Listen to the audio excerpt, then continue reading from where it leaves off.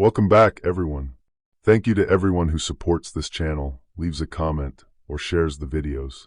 Today, I entered the forest myself to film this content for you. I was far from safety, in a place where I could face a bear, wolves, or any danger moving between the trees. But for you, I am willing to take that risk. If you enjoy the video, leave a like and write a comment telling me where you are watching from. And do not forget to subscribe, because your support is what helps us grow together. I hope you enjoy the video. Now let us begin. After my grandfather put a bullet in something out in the woods 60 years ago, it returned to finish what it had started. And somehow, it pulled me into a nightmare I still cannot explain. I am Mr. Midnight Hollow, your host for terrifying encounters. If you are already part of this community, your support means more than you know.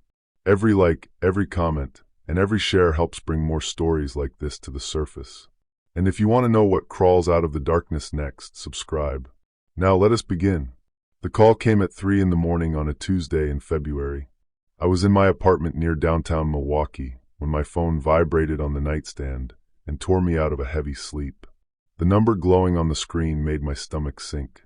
I knew it immediately, even though I had not seen it appear in months. My grandfather, Silas Crow. I answered, my voice rough and thick with sleep. Grandpa. For several seconds, there was nothing. Then I heard him breathing. Hard. Strained. Like he had been running. When his voice finally came through, it was low and tight. Caleb, you need to get here now. I sat upright, instantly awake. Silas was not the kind of man who frightened easily. He had served in Korea, spent 30 years working maintenance at the Iron Bridge plant, and had lived by himself in the same house outside Cedarburg since my grandmother passed away. He was tough, practical, never dramatic. What happened? I asked. Are you hurt? Just come, he said. Do not tell anyone where you're going, and bring a weapon if you have one. Then the line went dead. I sat there staring at the phone in my hand, my heart hammering. A weapon? Silas had rifles, shotguns. He hunted every fall. Why would he tell me to bring one? I got dressed quickly.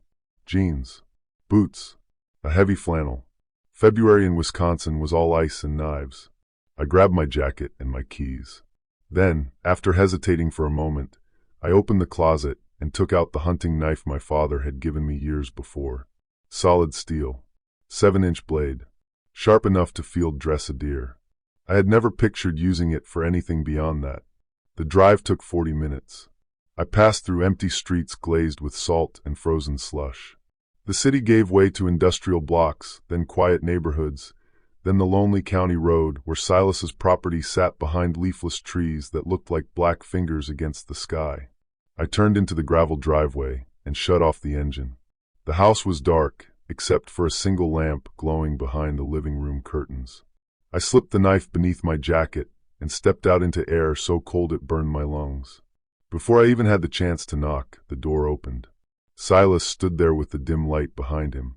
For 1 second, I barely recognized him. He looked as if 10 years had passed since Thanksgiving. His face was hollow.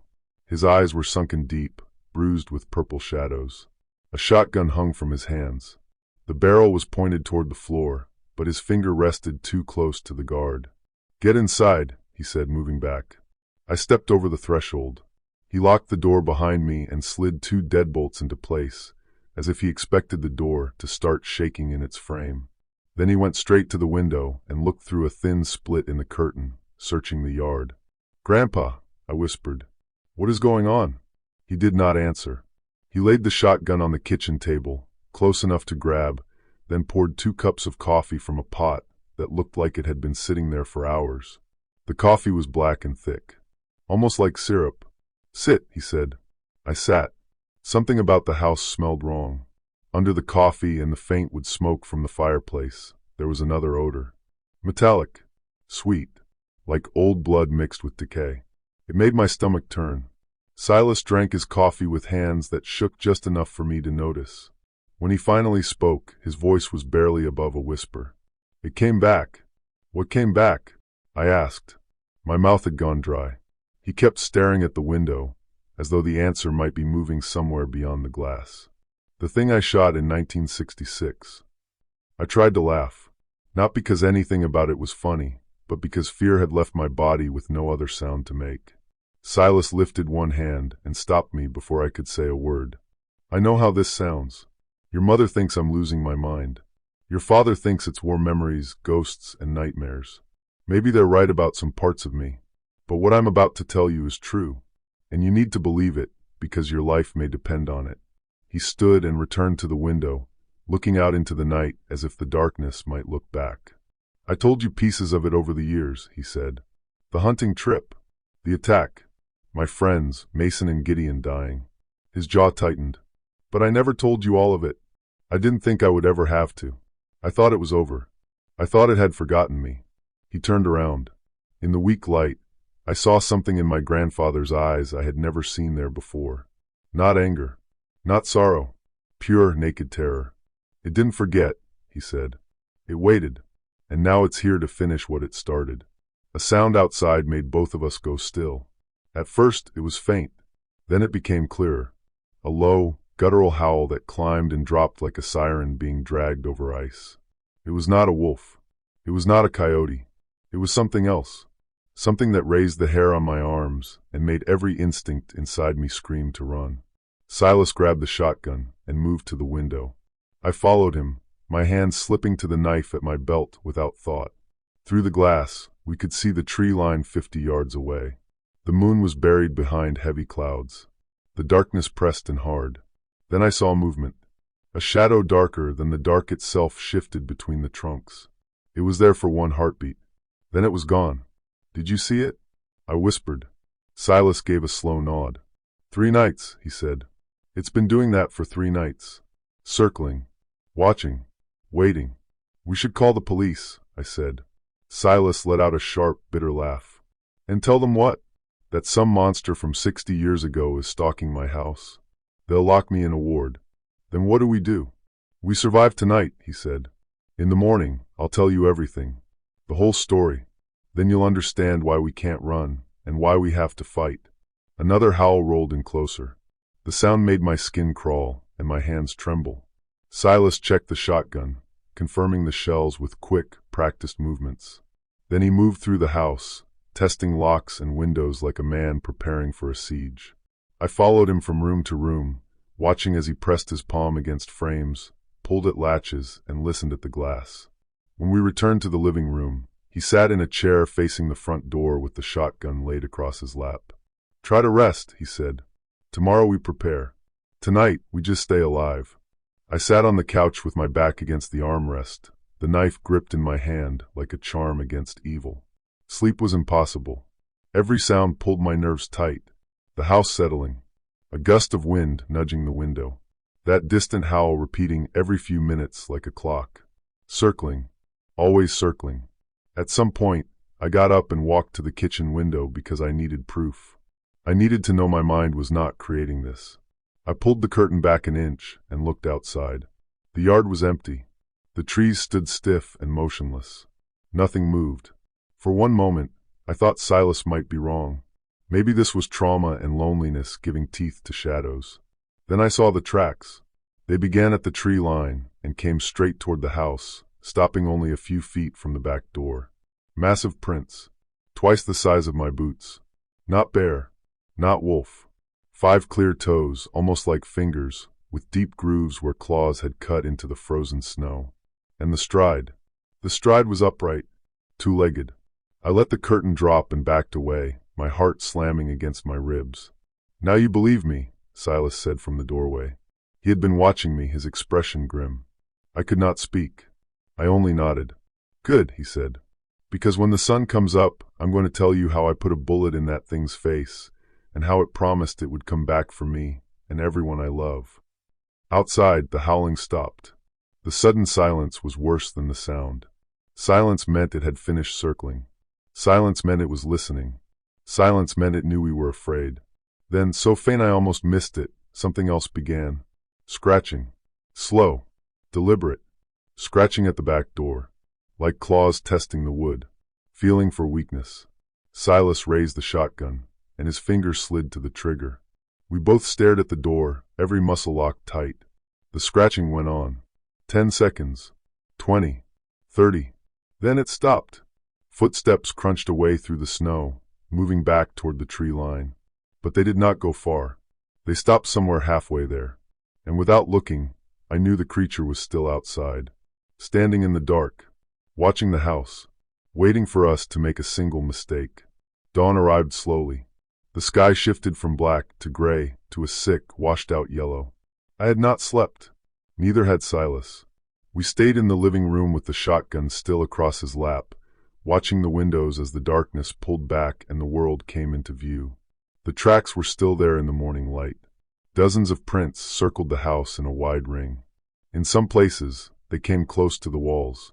They stopped beneath windows and in front of doors, as if the thing had tested every possible way inside like a patient burglar. Silas stood, his joints cracking, and set the shotgun down. He went into the kitchen and came back with fresh coffee and 2 plates of eggs and toast, as if routine alone could force the room to feel normal again.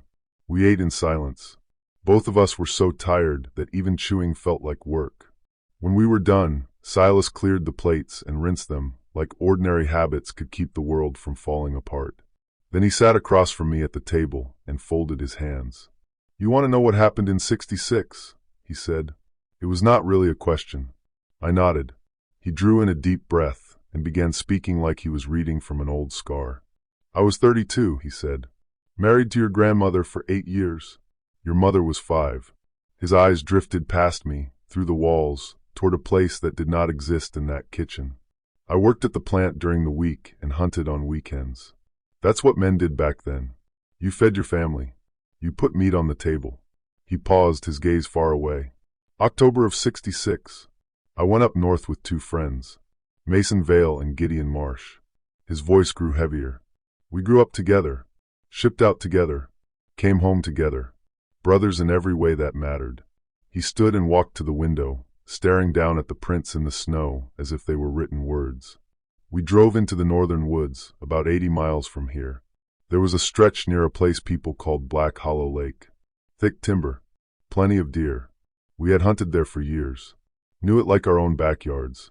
He gripped the window frame so hard his knuckles went pale. "Friday night we made camp. Everything was normal. Fire, dinner, stories. Mason brought whiskey. Gideon told jokes. We laughed. It was a good night." His shoulders rose and dropped. "Saturday morning, we split up to cover more ground. I went west. Mason went north. Gideon went east. We agreed to meet back at camp by noon." He turned, and I saw fear return to his eyes like a fresh bruise. "I walked for 2 hours. Saw nothing but squirrels and birds. No deer. I was about to head back when I heard gunshots." He swallowed. 3 shots. Fast. Then screaming. The words came out of him like he still could not believe he had heard them. I ran toward it, rifle up, heart pounding. Took me 15 minutes to get there.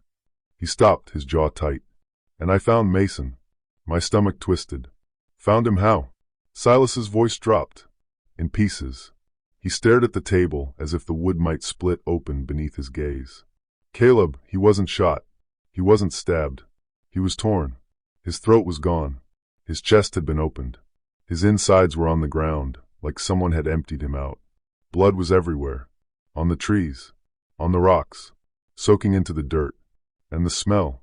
His nostrils flared, disgust and terror mixing across his face. That metallic, sweet stink, like something from hell itself. He sat down again. His hands were shaking now. I heard movement in the brush. I thought bear. Bears do that sometimes. Violent. Messy.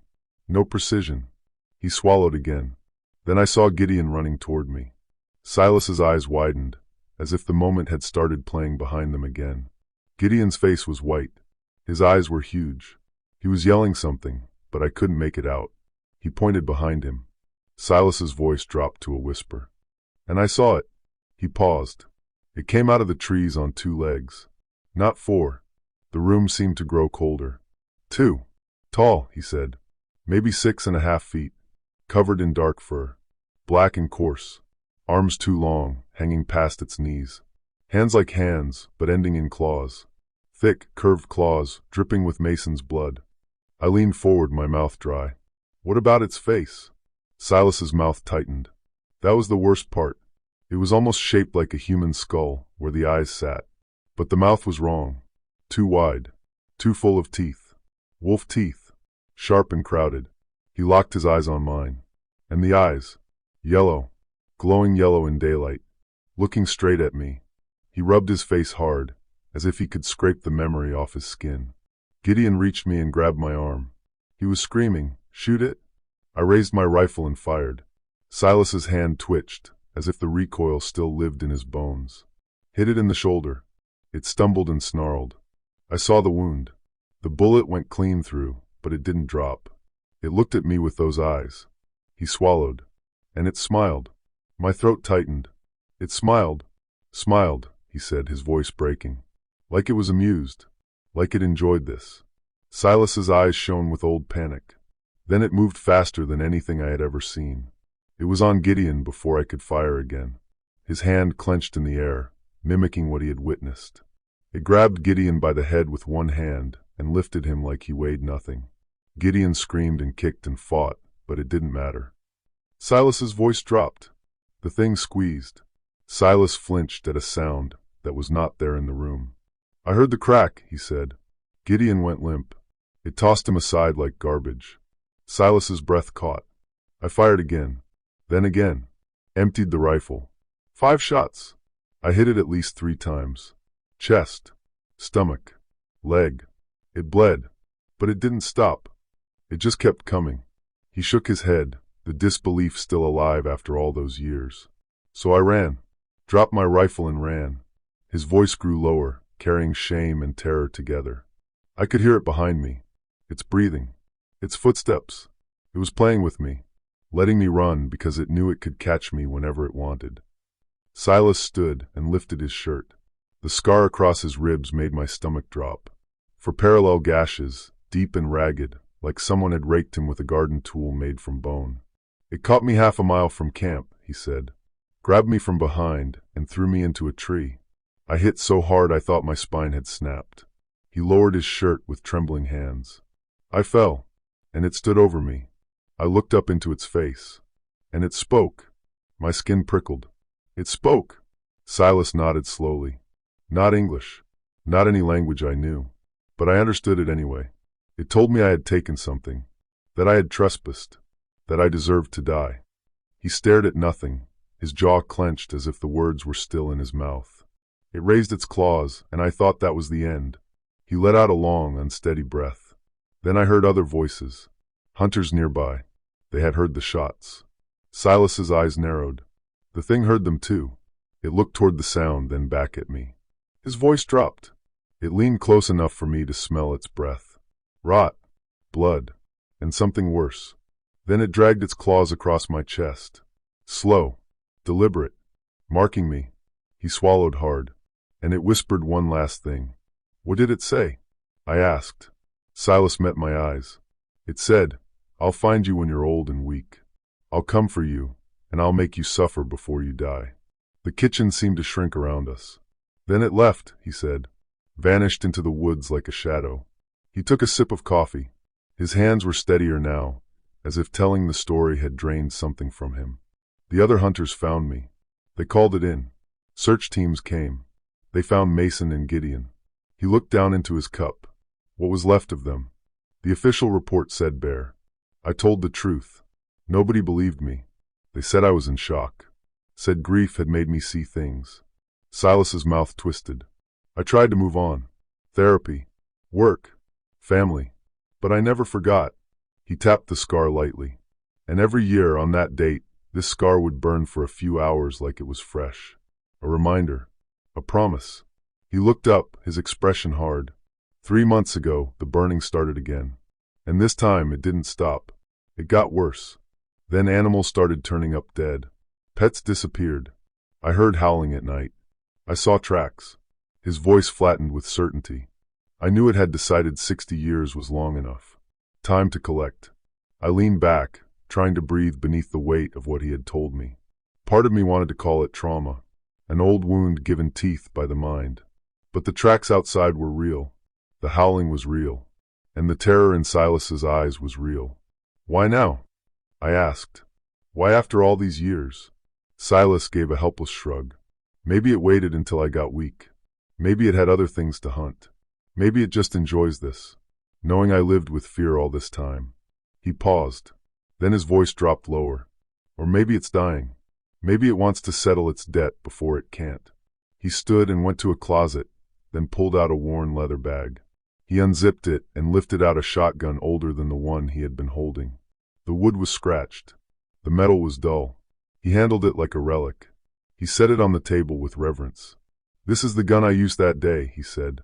"Kept it all these years." He opened the bag again and took out a box of shells that looked handmade.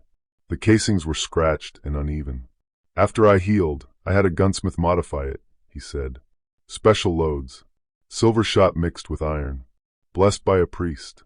He stared at the shells like they were coins meant to pay a toll. "I don't know if it works, but it's the best chance we have." He slid the box toward me. "I've been saving these for 60 years. 12 shells." He met my eyes. For the first time, his voice steadied into something close to resolve. "If 12 don't end it, nothing will." I looked at the gun, then at my grandfather. "You're planning to kill it." "I'm planning to end this one way or another," he said. "But I need you." My hands shake. My eyes aren't what they used to be. I need someone younger, stronger. I need you with me. Before I could answer, a sound outside cut through the room. An engine, tires crunching over gravel. We both moved to the window. A police cruiser had pulled into the driveway. 2 officers stepped out, their faces serious in the winter breath. Silas moved fast, practiced. He threw a cloth over the old shotgun and walked to the door, opening it before they could knock. "Morning, Silas," Sheriff Roland Voss said. He was in his 40s, with a thick mustache and tired eyes. His name tag read Voss. The younger one looked about 25. Lean. Nervous. His eyes kept darting. "Morning," Silas replied. Voss nodded toward the house. "We got a call from your neighbor. Said she heard a gunshot last night and saw lights on. Just checking that you're all right." "Everything's fine," Silas said smoothly. "Heard something outside. Thought it might be a coyote near the trash. Fired a warning shot." Voss's eyes moved past him, scanning the inside of the house. Boarded windows. The tension in the air. "You mind if we take a quick look around?" he asked. "Routine." Silas hesitated for half a second. Then he stepped aside. "Go ahead."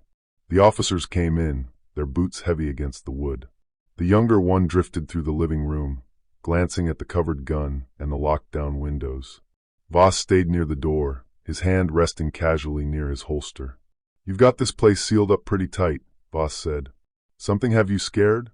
Silas forced a thin smile. "I'm an old man living by myself. Can't be too careful." Voss's tired eyes shifted to me. "And you are?" Silas answered without missing a beat. "Caleb. My grandson. Staying for a few days." I added a small nod. Voss gave a quiet sound of acknowledgement and walked to the window. My chest tightened. I waited for him to notice the tracks carved into the snow. But the morning sun had already begun softening the surface, and the prints were blurring around the edges, losing their shape in the melt like a lie being rubbed away. Voss kept looking outside a second longer than he needed to. Then he spoke without turning around. "Mrs. Nora Whitlock also said she found her dog dead this morning," he said. "Throat torn out." He looked back at Silas. "You wouldn't happen to know anything about that, would you?" "No," Silas said firmly.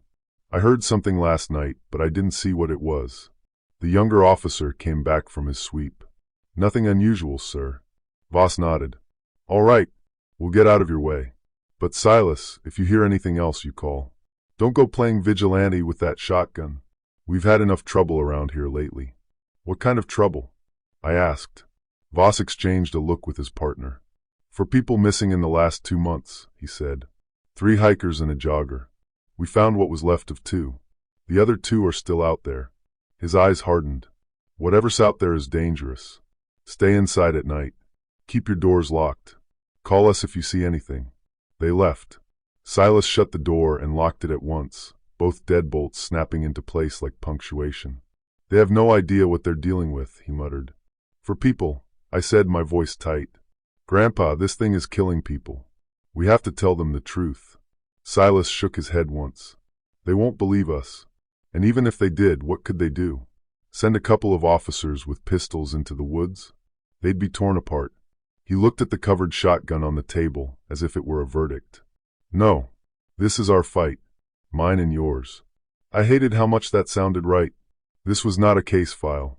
It was not something modern systems could trap or contain. It was old, patient, and it moved as if the rules did not apply to it. What do we do? I asked. Silas answered immediately. We prepare. And tonight we end it. After the cruiser disappeared down the driveway, Silas and I spent the rest of the morning turning his house into a bunker. We shoved furniture against the doors, nailed plywood over the lower windows, checked every latch twice. We wedged dowels into sliding tracks, reinforced deadbolts, and pulled every curtain tight.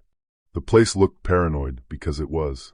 But even after all of it was done, I could not shake the feeling that none of it would matter if that thing truly chose to come inside.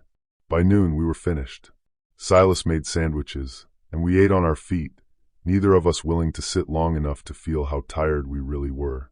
The adrenaline from the sleepless night had started draining out, leaving bone-deep exhaustion behind.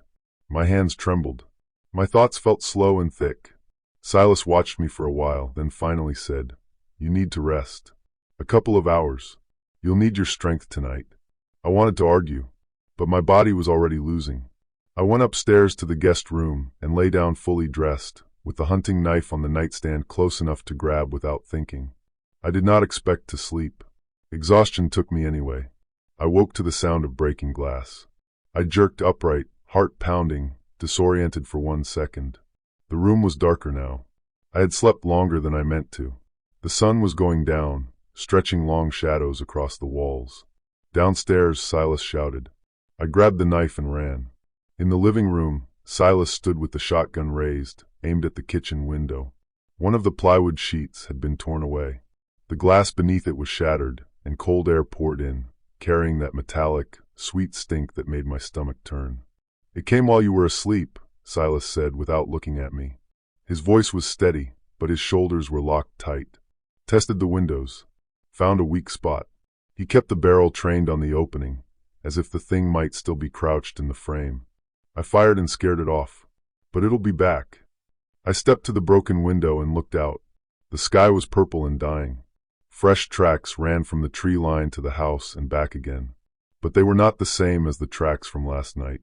These were bigger, deeper, angrier, as if whatever made them had gained weight, or had finally stopped pretending. "We need to board it again," I said. "Already did," Silas replied. "Nailed the second sheet while you were coming down. But it won't hold forever. Not if it really wants in." I looked at him. He looked older than he had that morning, as if the weight of 60 years had finally climbed onto his back. "Silas," I said quietly, "maybe we should leave. Drive into the city. Find a hotel. Somewhere with people." He shook his head. "It would follow. And the city has too many targets." His jaw tightened. "No. This ends here." A sound outside made us both freeze. Not a howl this time. Footsteps. Heavy, deliberate crunches in the snow. Slow. Measured. It circled the house like a patrol, inspecting our defenses. Silas moved to the center of the living room, shotgun ready. I stood beside him with the knife clenched so tightly my knuckles burned. The footsteps made one full circuit, then another, then another. Each pass came closer to the walls, as if it was learning the layout by sound. Then they stopped. Silence fell hard. No wind. No birds. Nothing but our breathing and my heart pounding in my throat. "Where is it?" I whispered. Silas did not answer.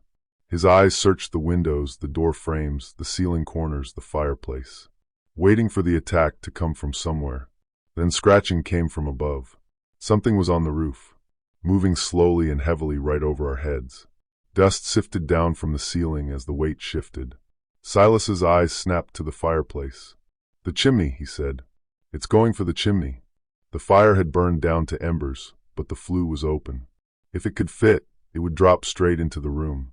Silas rushed to the hearth, grabbed the iron poker, and jammed it upward, wedging it across the flue like a bar. It would not stop anything strong enough to tear through plywood, but it might slow it for a second. Silas stepped back and raised the shotgun toward the opening. The scratching on the roof grew harder. Claws scraped metal. Something tested the cap. Then came a wrenching sound. The cap was ripped free and thrown aside. It hit the yard with a heavy thud that made the walls vibrate. "Get ready," Silas said.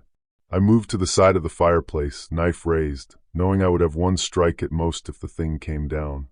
Breathing echoed inside the chimney. Deep, raspy, too large to belong to anything human. Then came a low, rumbling growl that made my teeth ache. The poker began to bend under the pressure. It was forcing its way down. Silas fired straight into the flue. The blast in the closed room was deafening. Silver shot tore upward. A howl of pain and rage exploded from the chimney. Something heavy scrambled across the roof, then dropped to the ground with an impact that shook the house. We ran to the window and looked out. It stood near the tree line on two legs, one hand clamped over its shoulder. Thick black blood dripped into the snow, steaming faintly. It faced us. Even from that distance, its eyes burned yellow, bright as lanterns. It opened its mouth, and for the first time I heard it speak. The voice was deep and wrong, like something wearing human sounds it did not understand. "Silas," it said. My skin went cold. "I taste your fear. I taste your grandson. Tonight, you both die." Silas fired through the window. The creature moved with impossible speed. The shot missed. It laughed, a harsh, horrible sound. Then it turned and loped back into the trees, vanishing into the shadows. Silas lowered the shotgun.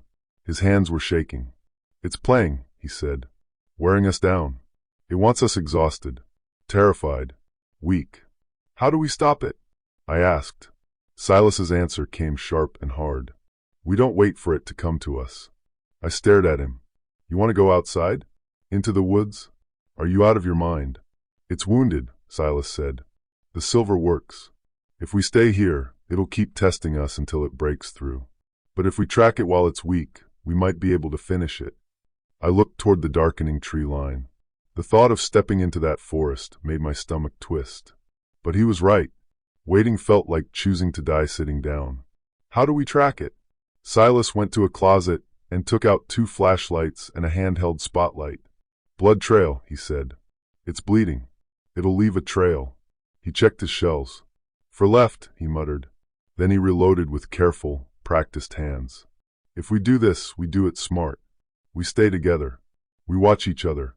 If we get separated, we fall back to the house." He looked at me. "Understood." I nodded. My mouth was too dry for words. Silas pulled on his heavy coat. Then he grabbed a second knife from the kitchen drawer and handed it to me. "If it gets close, go for the throat or the eyes," he said. "Only the soft places." We stood at the front door for a moment. Both of us knew this might be the last warm air we ever breathed. Silas unlocked the deadbolts and looked at me. "Ready?" I was not ready. I never would be. I nodded anyway. He opened the door, and we stepped out into the cold night. The blood trail was easy to see. Black drops marked the snow, leading away from the house and into the trees. We followed it. Our flashlights cut narrow tunnels through the dark. The forest was silent. No owls, no deer, no wind. Only our boots, only our breathing.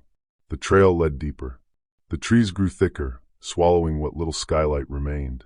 The darkness pressed around us like something alive. After 200 yards, the blood veered left toward a ravine. We made our way down the icy slope. At the bottom, my blood turned cold again. The blood was no longer falling in drops. It had pooled, and around it were tracks. More than one set. At least 3 other creatures had been there. Large upright prints like the ones around the house, overlapping, circling, coming together. "There are more," I whispered. Silas's face hardened. "I only wounded one," he said. "The others came to it." He turned. "We go back. Now." But before we could move, the howls began. Not from one direction. From everywhere. Several voices calling through the dark, answering one another, closing the circle tighter. We were surrounded. Silas raised the shotgun and turned, searching for a target between the trunks. I held both knives, my hands shaking so badly I nearly dropped them. "Back to back," Silas snapped. "Don't let them split us."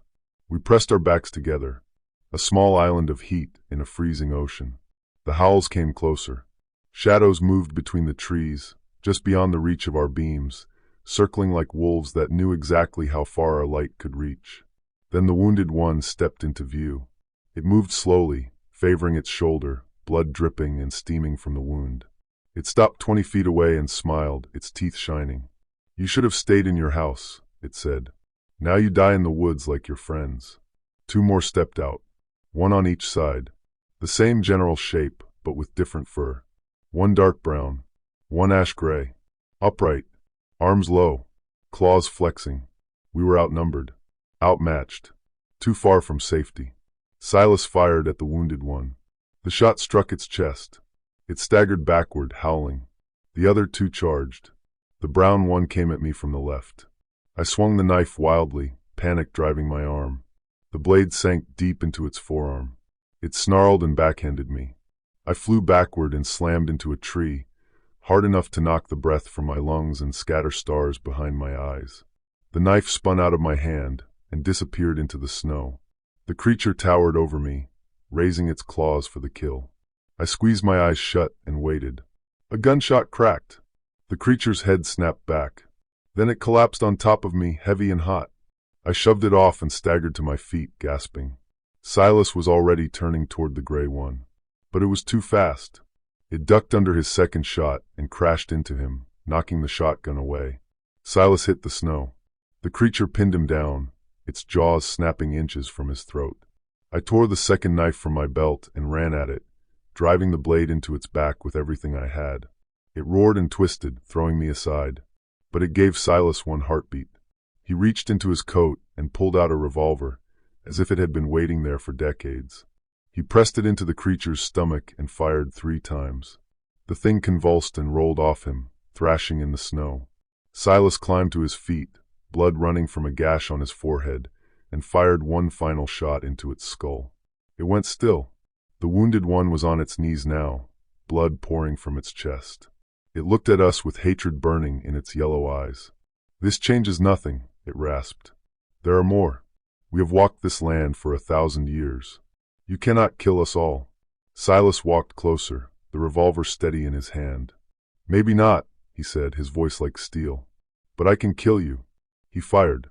The bullet punched into its forehead, and it fell backward into the snow. Finally still. We stood there shaking, surrounded by 3 dead monsters. Both of us bleeding. Both of us exhausted. The forest held its breath around us. Then the woods went quiet again. No more howls. No more shadows slipping between the trunks. Either there were no others close enough to answer, or they had chosen to pull back and let the darkness swallow them. Silas's breath came out in harsh white bursts. "We go back," he said. "Now, before more show up." We stumbled through the trees, following our own boot prints through the snow because there was no trail out there. Only the way we had come. Every cracking branch made us flinch. Every shifting shadow made us raise weapons that suddenly felt far too small. But nothing attacked. Nothing followed close enough for us to hear.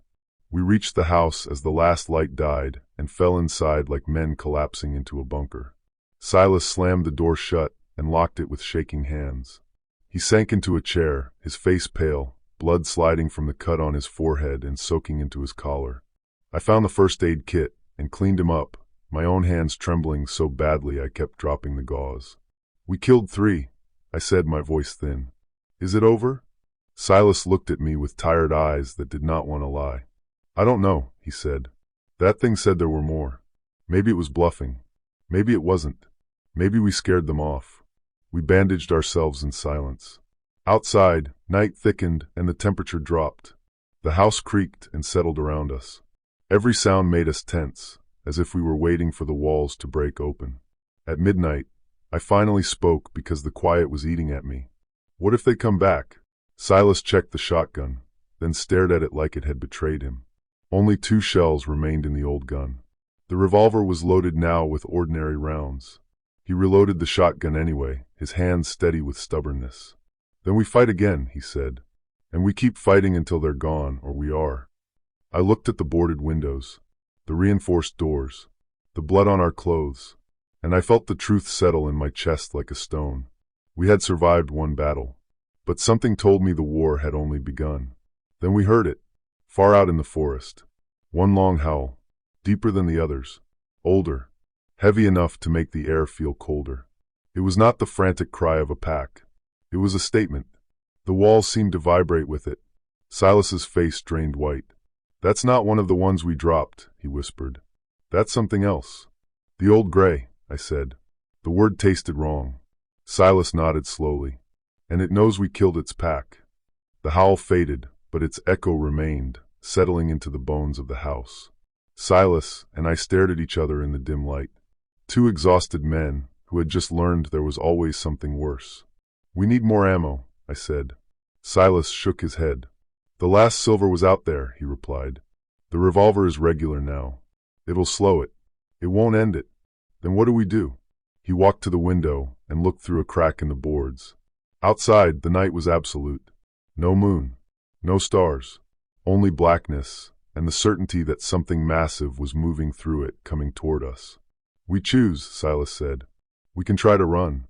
Get to the truck. Head for the city." He turned back, his eyes hard.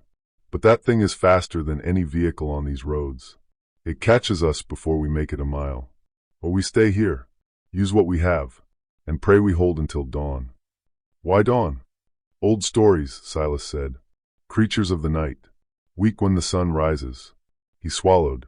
"I don't know if it's true, but it's the only edge we might have." I checked my watch. Just past midnight. Dawn was at least 6 hours away. 6 hours of holding a house against something that had just lost 3 members of its pack. Something that was not coming to negotiate. "How long do we have?" I asked. The answer came before the question had fully left my mouth.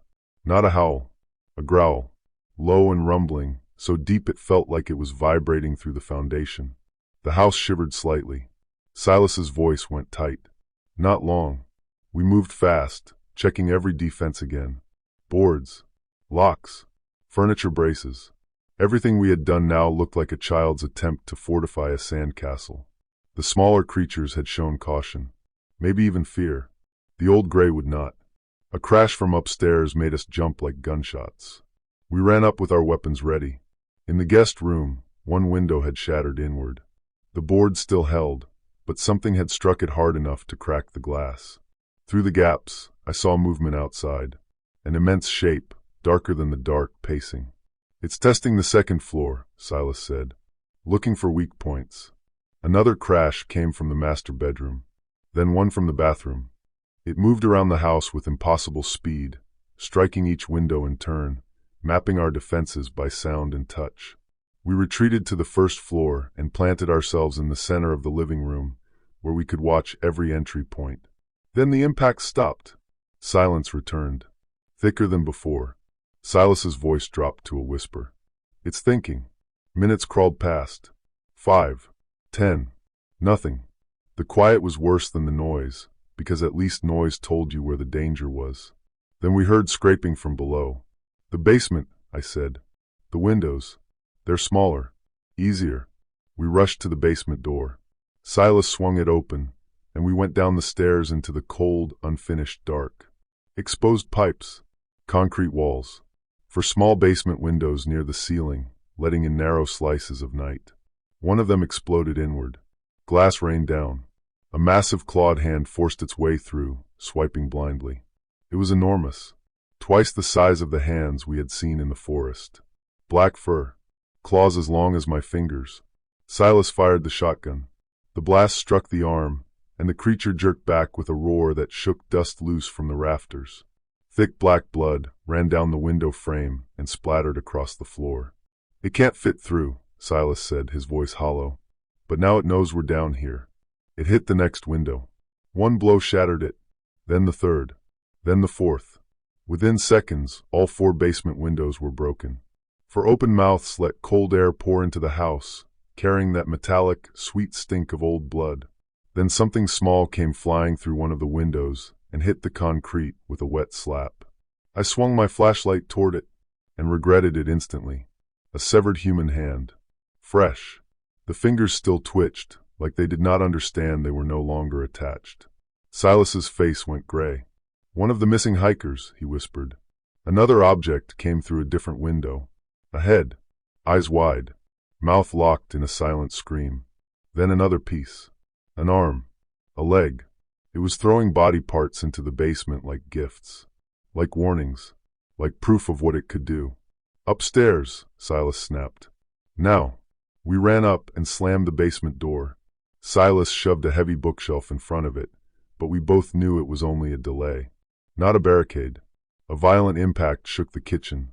The back door rattled in its frame, with splintering under blow after blow. The old gray was not testing anymore. It was coming in. Silas aimed and fired his last shell. The blast tore into the door, and we heard a grunt of pain from the other side. The impacts only grew harder. Rage drove the next blows. Then the door exploded inward. The old gray filled the opening, and my blood turned to ice. It was enormous, at least 8 feet tall. Its shoulders were so wide it had to turn sideways to enter.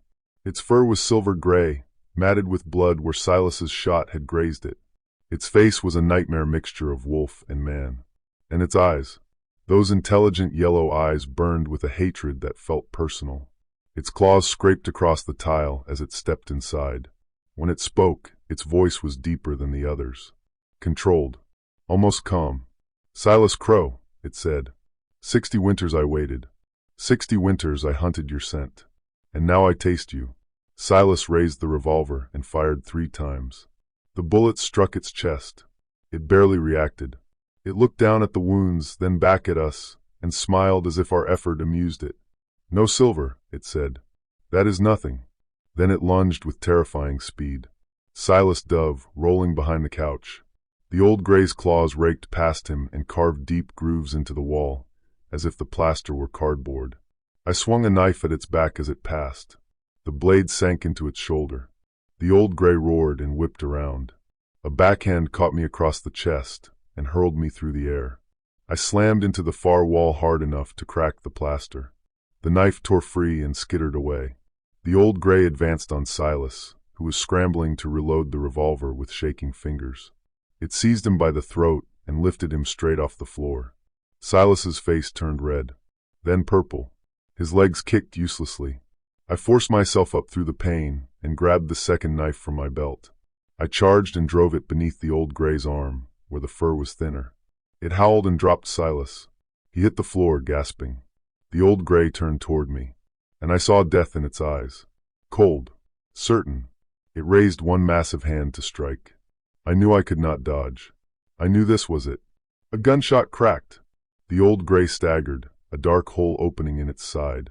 We both snapped our heads toward the front door. Sheriff Roland Voss stood in the entryway, service pistol raised, his face frozen in shock. "What the hell is that?"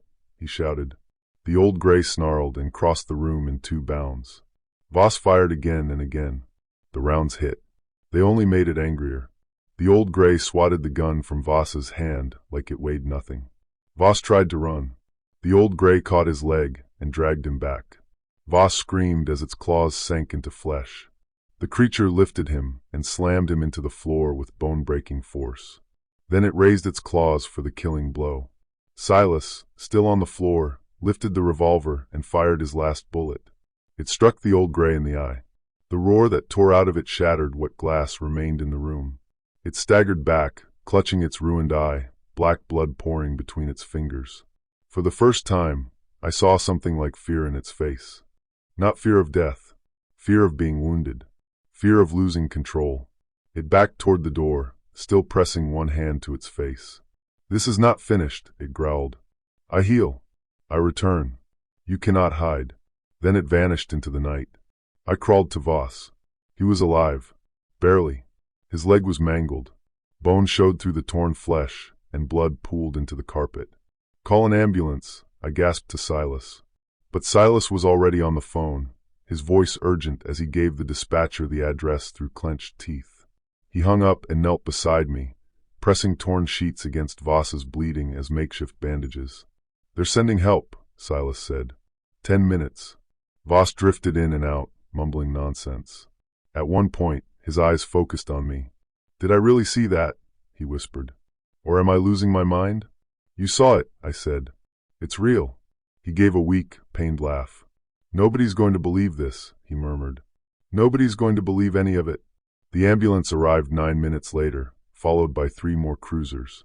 Paramedics rushed inside, stabilized Voss, and loaded him onto a stretcher. The other officers secured the scene, stunned by the destruction. The broken boards, the blood, the smell. Deputy Noah Calder approached Silas with a face that had lost all its skepticism. "What happened here?" he asked. "What was that thing?" Silas met his eyes. "You won't believe me."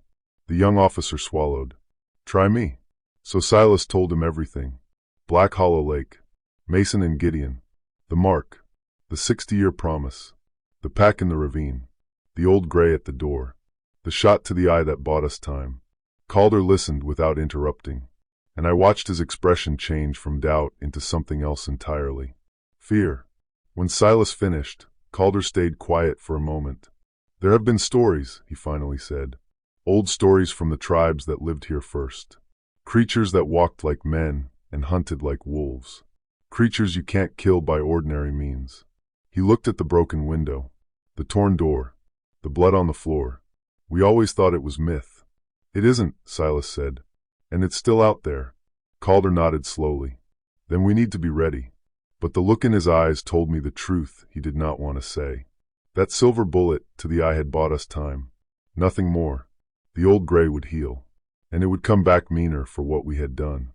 While the paramedics worked, and the police tried to pretend the word animal could explain claw marks and torn drywall, Silas and I sat on the front steps and watched the sun crawl up over the tree line.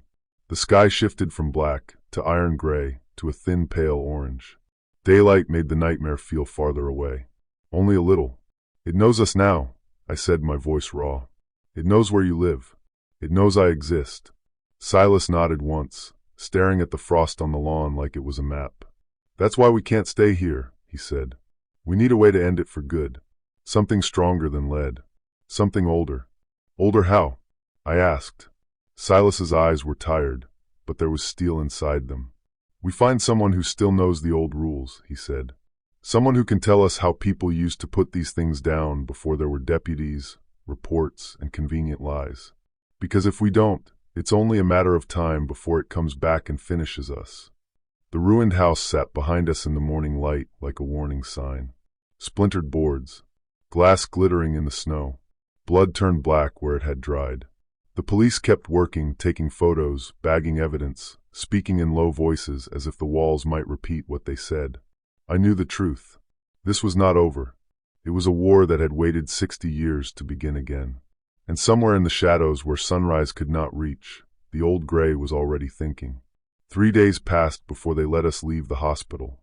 Silas stayed longer than he admitted he needed to. Bruised ribs, a fractured wrist, a concussion from being lifted like a doll and dropped. Sheriff Roland Voss was still in critical condition, going through surgery after surgery to save what remained of his leg. The investigation found nothing that mattered. By the time officers reached the ravine where we had killed the pack, the bodies were gone. Not dragged away, not scattered. Gone. All that remained were pools of thick black blood and massive upright tracks leading deeper into the wilderness. The official report called it an animal attack, species unknown, and recommended that everyone avoid the forest until further notice. That was the kind of phrase people used when they did not want to admit they were powerless. Silas and I knew what species unknown really meant. It meant the old gray was still alive, wounded, furious, and planning. On the 4th day, while we were packing to leave the hospital without waiting for permission, Voss's young deputy appeared at Silas's door. His name was Deputy Noah Calder. His face looked like it had aged a year and a week. He glanced down the hall to make sure no one was listening. Then he stepped inside and shut the door behind him. "I've been asking around," he said quietly. "Not at the station. Somewhere else." Silas sat up straighter. "Who?" "Some elders," Calder said. "Local tribal people. They have stories that go back farther than this county has been a county." Silas's eyes narrowed. Calder swallowed. "There's a man named Elias Black Elk. Lives about 40 miles north on reservation land. His grandfather was a ceremonial keeper. He knows things. He said he'll speak with you, but you have to come to him. And you have to come soon, because whatever you're hunting won't wait." Silas and I exchanged a look that said the same thing without words. "We go today," Silas said. So we left against medical advice. Silas was still wrapped in bandages and moving stiffly, because there was no such thing as safe time anymore. Calder drove us in his personal pickup, an old rattling truck that sounded like it might come apart on the wrong pothole. The roads grew emptier the farther we went. Country lanes, then forest edges, then a cluster of homes tucked beneath tall trees, like the world had forgotten they existed. Smoke rose from one chimney. That was Elias Black Elk's place. He was waiting on the porch, an old man with deep lines carved into his face and long gray hair braided down his back. His eyes were sharp and clear, and when he looked at us, I felt like he was seeing straight through my skin to whatever had followed us there. "You are the ones who fought the Hollow Walkers," he said. It was not a question. "The Hollow Walkers?" I asked. Elias's mouth tightened. "That is what my people call them. Things that were once human, until they traded their humanity for power and forgot how to die. They hunt between worlds. They feed, they heal, and they keep their promises." He motioned us inside. The cabin was warm, lit by oil lamps and a fire. The walls were lined with old photos, ceremonial bundles, symbols painted on hide, and objects that looked far too purposeful to be decorations. "Sit," Elias said, pointing to a worn couch. We sat. He lowered himself into a chair across from us and studied Silas, as if he were reading a book written in scars. "You killed 3 of the young ones," he said. "That took courage. But the leader still lives, and it will not rest until you are dead." Silas nodded. "That's why we're here. We need a way to end it." Elias drew a slow breath. "They are hard to kill," he said. "Ordinary wounds do not hold. They heal. They learn. They are strong, fast, and clever." His gaze shifted to me. "But they are not invincible." He raised one finger. "Fire. Real fire. Hot enough and long enough to consume everything. But they will not stand still while you burn them." A second finger. "Silver, yes. But true silver. And it must be placed with intention through the heart, with words that bind the spirit to the wound." A third finger. "And the oldest way. A binding right. A trap for what moves beneath the skin. A seal so it cannot slip away and return." Silas leaned forward. "Tell us the right." Elias stood and crossed to a wooden chest. He opened it and removed a bundle wrapped in hide.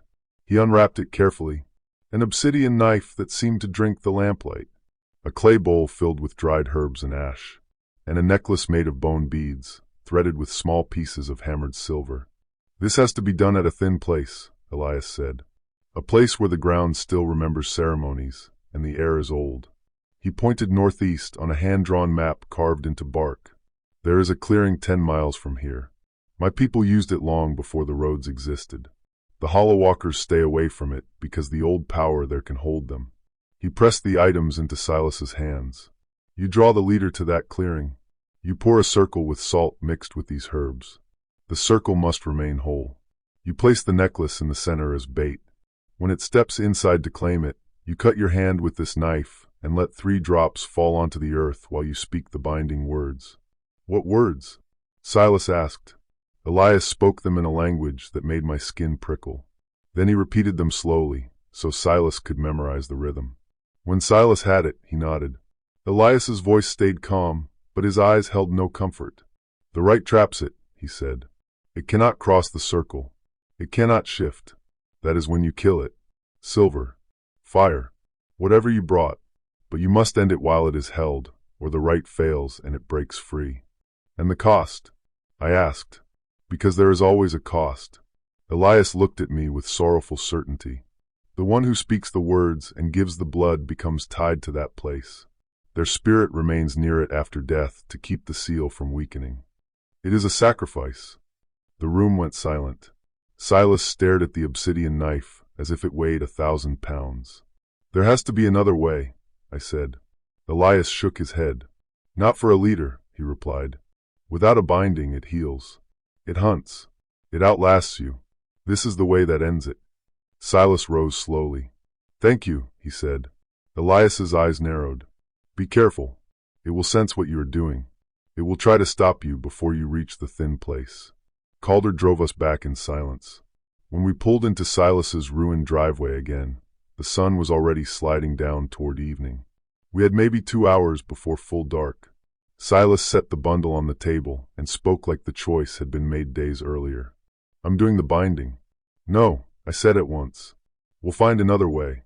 There isn't. He cut in gently but with finality. And even if there were, this is mine. It killed my brothers. It marked me. It hunted me for 60 years. I'm ending it. Then he looked at me, and his next words hit harder than claws. Caleb, listen. I'm 92. I've lived a full life. But I'm dying anyway. He paused. Doctor told me 6 months ago. Cancer. Maybe a year. Maybe less. My throat tightened. You never said. There was nothing to say, he replied. But now my death means something. It becomes a lock. A promise kept. Tears burned behind my eyes, but I forced them down. Then I'm with you, I said. All the way. He smiled. The first real smile I had seen from him in days. I wouldn't want it any other way. We spent the next hour preparing like soldiers packing for a war no one would believe. Silas melted old jewelry and family silver into crude bolt tips, hammering them flat and sharp. I found an old crossbow in the basement and tested it until the string felt reliable. We filled packs with flashlights, matches, gasoline, rope, salt, and the ritual items. When the forest outside turned black, we loaded everything into Silas's truck and drove northeast toward the clearing Elias had marked. The road narrowed into a dirt track between dense trees. 5 miles from our destination, the truck died. The engine coughed once. Then it went silent, like a throat closing. Silas tried the ignition again. Nothing. We looked at each other. Neither of us needed to say it. It's here, Silas whispered. We grabbed our packs and started on foot. The forest was suffocatingly silent. No owls. No chatter of wind. No distant hum from a highway. Only our boots. Only our breathing. Then a howl cut through the timber, close enough to make my ribs vibrate. Run, Silas said. We ran. Our flashlights bounced wildly, beams slicing between the trunks. Behind us, something crashed through the woods, gaining fast, snapping branches like bones. The clearing was still 2 miles ahead. We were never going to make it. Silas stopped and turned, raising the crossbow. Go, he barked. I'll hold it. I'm not leaving you. You have to, he said, his voice hard. If I fall, you finish it. Promise me. I did not even get the chance to answer before the old gray burst out of the trees. It was larger than before, silver formatted with dried blood. The eye Silas had shot was a ruin leaking black fluid. The other eye burned with an intelligence that felt ancient. Silas fired. The silver-tipped bolt struck its chest. The old gray roared and staggered, but it did not fall. It reached up, grabbed the bolt, and tore it out as if pulling away a thorn. Then it charged. Silas tried to reload, but it was too fast. It hit him like a truck, and they went down in a tangle of limbs and claws. Silas screamed when its teeth found his shoulder. I pulled the obsidian knife free and lunged onto the old gray's back, driving the blade into its neck. It howled and threw me off as if I weighed nothing. I slammed into a tree, the breath knocked out of me. The old gray stalked toward Silas slowly, savoring it. Its voice came out like gravel forced through a throat. 60 winters, it growled. And now, finally. I forced myself up and charged again, screaming. It batted me aside like I was nothing more than an annoyance. But the distraction was enough. Silas fumbled a flare gun from his coat and fired straight into the old gray's face. The flare struck its good eye. The scream that came out of it was not animal. It clawed at its face, stumbling blind. Both eyes were ruined now. It swayed, disoriented. Silas shouted, "The clearing! Finish it!" I hesitated for one heartbeat. Then I grabbed the pack with the ritual items and ran. Behind me, the fight continued. The sounds faded as distance grew. The clearing appeared like a sudden opening in the world, ringed by ancient standing stones that felt older than the trees. The air there was different, thick, watchful, charged. My hands shook as I poured the salt and herbs into a circle. Careful, unbroken. Then I placed the bone and silver necklace in the center. I gripped the obsidian knife, ready to hand it to Silas. A crashing sound made me look up. The old gray stumbled out of the trees, blind, but tracking my scent. Behind it, Silas staggered into view, barely upright, his clothes soaked with blood. "Over here!" I shouted. "Come and get me." The old gray snapped its head toward my voice and charged straight into the clearing, crossing the salt circle in blind fury. The moment its foot landed inside the line, the air shimmered like heat above asphalt. The old gray stopped, confused. It tried to push forward, then tried to move back, but it could not cross the line. Something invisible held it there. "Now!" Silas shouted. Silas took the obsidian knife, cut his palm, and let 3 drops fall onto the earth inside the circle. Then he spoke the binding words Elias had taught us. Each syllable sounded strange from his mouth, but heavy with power. The old gray screamed as if chains had snapped shut around its bones. It dropped to its knees. Its body began to change. Not the way it wanted. The fur receded. The shape folded inward. Within moments, what knelt inside the circle was not a wolf thing at all. It was a man. Old. Scarred. Naked. Blind. Gasping and cursing. Trapped in skin he could not escape. Silas limped into the clearing with a jerry-can of gasoline. He poured it over the trapped man while it snarled, spat, and tried to crawl, unable to cross the line. Silas's voice was quiet, deadly. "This is for Mason," he said. "For Gideon. For every name you erased." He struck a match and dropped it. Flame swallowed the trapped body instantly. The scream that followed went on, echoing between the standing stones until it thinned. Then stopped. We watched until nothing remained but ash and smoke. The salt circle glowed faintly for a moment. Then it dulled.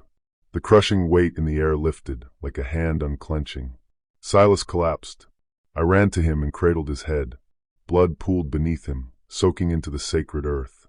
"Did we do it?" he whispered. "Yes," I said, my voice breaking. "It's over. It's finally over."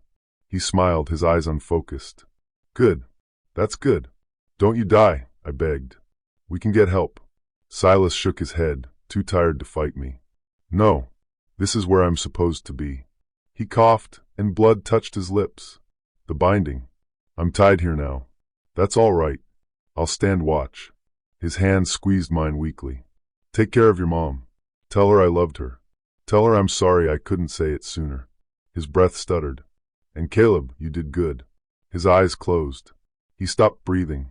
And I swear, in the moment the whole world went still, something shimmered above him. A younger version of Silas. Straight-backed. Strong. It looked at me, smiled once, then dissolved into the standing stones, as if the clearing itself had accepted him. I sat there for a long time, holding him, crying until my throat hurt. Eventually I called for help. When the police came, I gave them the story they could understand. An animal attack. A brave old man who saved my life. They believed me because they needed to, because the truth would have cracked their world open. 2 weeks later, I returned to the clearing alone and placed a simple stone marker there with Silas's name carved into it.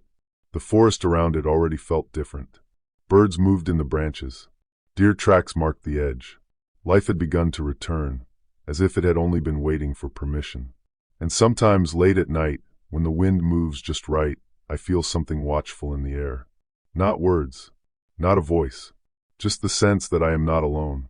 That something stands guard. The old gray is gone. The binding holds. But Silas remains, tied to that thin place. A guardian spirit keeping the dark from slipping through again. And I carry his story like a scar. A reminder that some battles are not fought for glory or revenge, but for the simple, brutal love of family. If this tale got under your skin, hit like and tell me in the comments which moment chilled you most. The old gray tearing into the house, or the sprint to the stones with death breathing at their heels. Share this with someone who thinks old vengeance fades with time, because some monsters wait a lifetime to collect. And if you are ready to keep walking into the dark with me, subscribe to Mr. Midnight Hollow and turn on notifications. Because the next horror does not knock before it comes.